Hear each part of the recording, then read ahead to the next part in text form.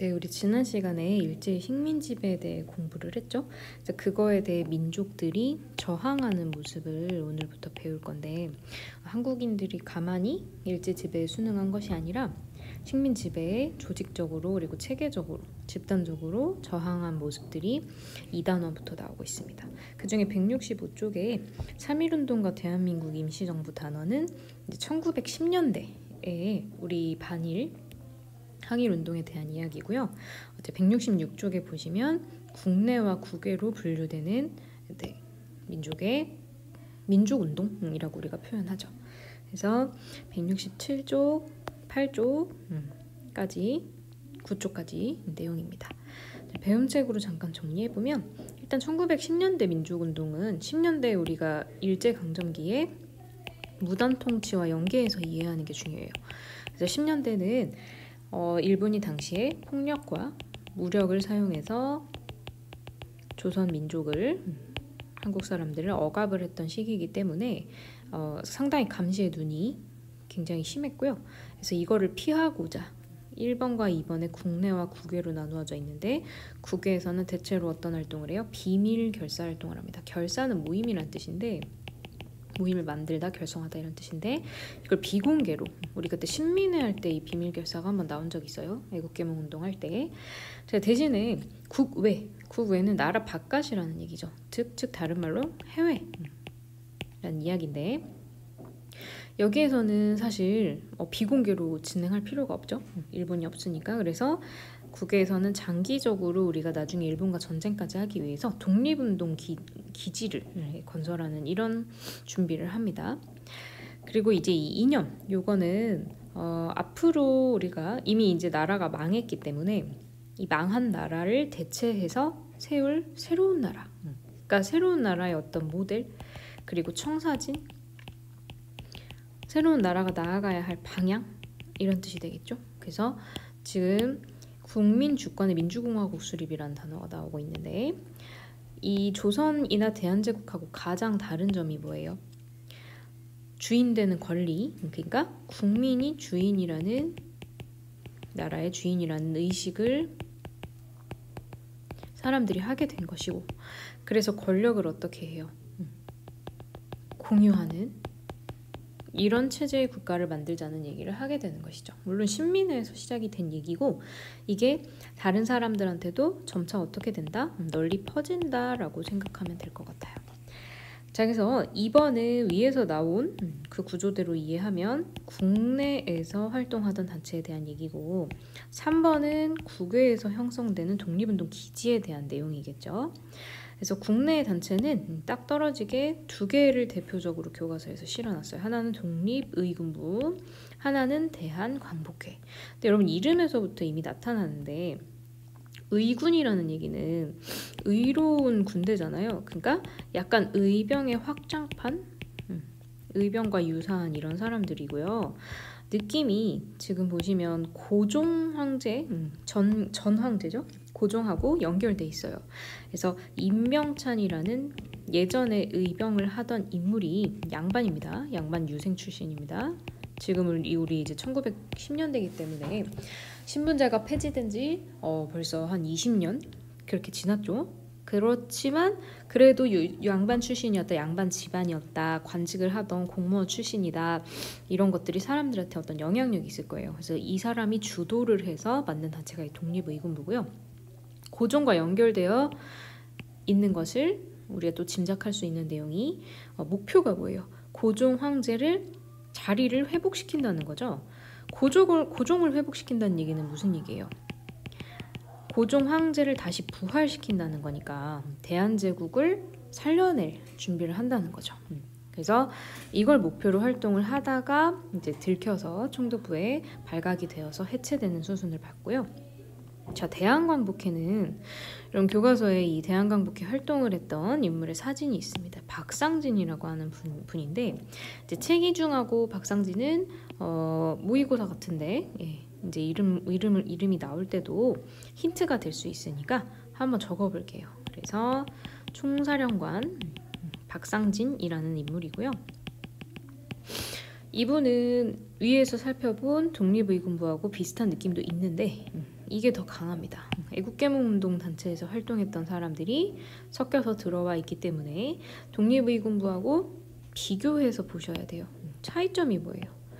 위에 독립의군부 같은 경우는 고종 황제를 다시 회복시키려고 하는데 이 대한광복회는 이미 망한 나라를 회복시키는 것보다는 새로운 정치 형태의 국가를 만드는 것을 지향했다.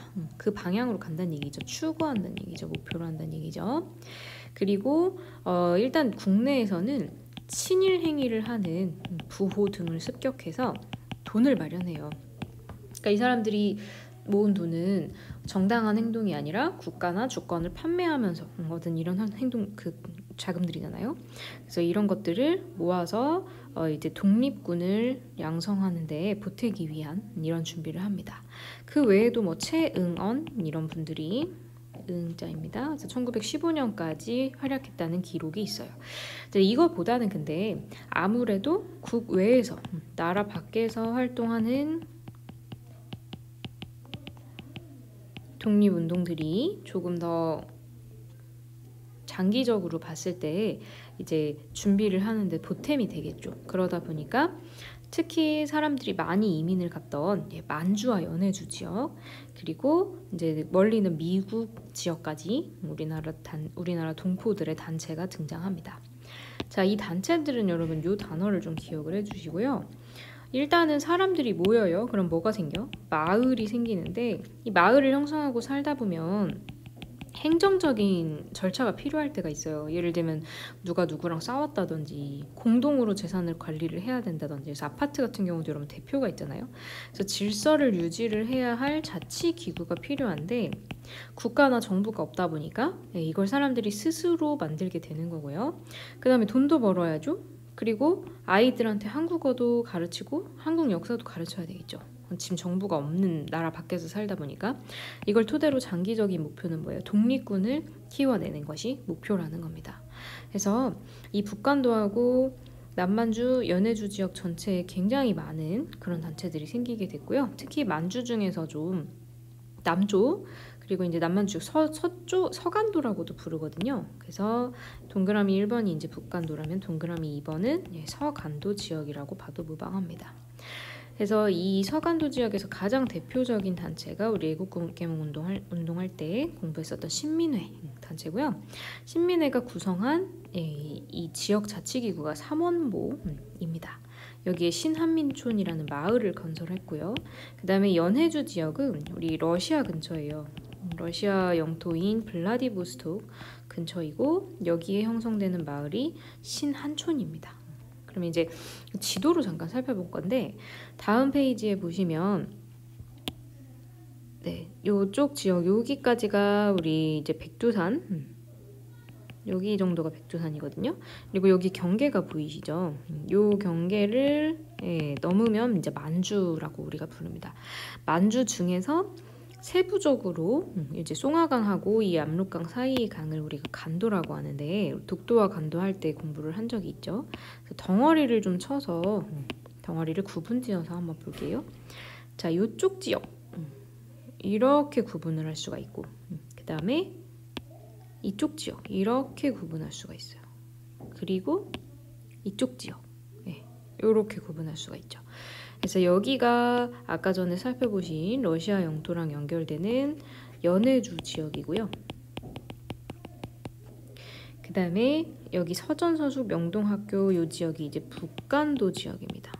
백두산의 북쪽에 있다고 이렇게 기억해 두시면 좀 혼동이 덜 될 것 같고요. 그 다음에 여기는 서간도 지역인데 이제 만주의 남쪽 지역이라고 해서 교과서에선 남만주 지역으로 분류하고 있어요.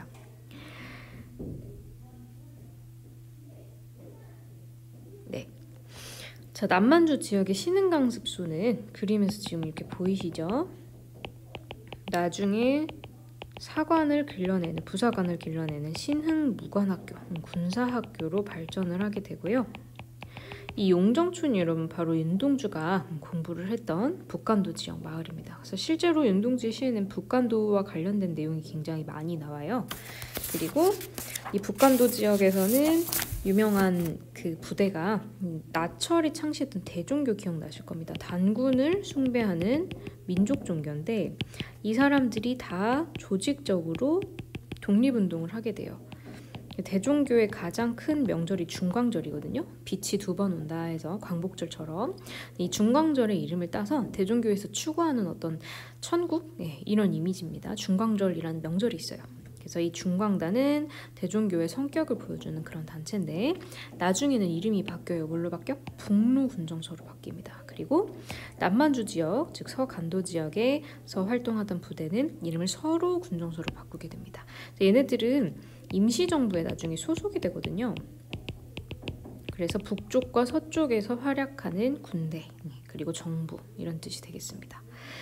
자, 연해주 같은 경우에는 여기 북간도나 남만주보다는 인원이 적어요. 그렇지만 이쪽 지역에서는 또 그 러시아를 통해서 유럽으로 가기가 굉장히 유리하고 배를 타고 미국으로 가기도 유리하고 그래서 이쪽 지역에서 활동하는 사람 중에 예전에 헤이그 특사로 갔었던 이상설이라고 하는 분도 있습니다.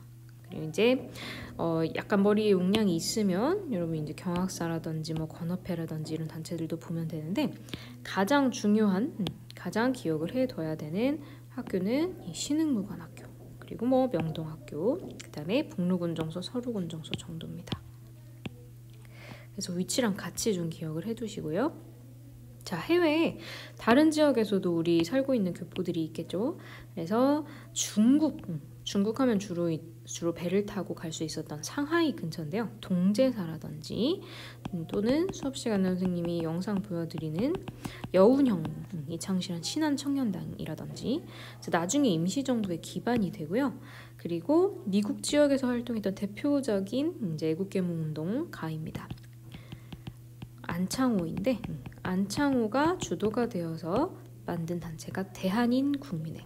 대한인이라고 하는 거는 대한 사람 뜻이죠. 이제 공공연하게 조선이나 대한제국 대신 대한인이라고 하는 용어를 많이 쓰게 되고요.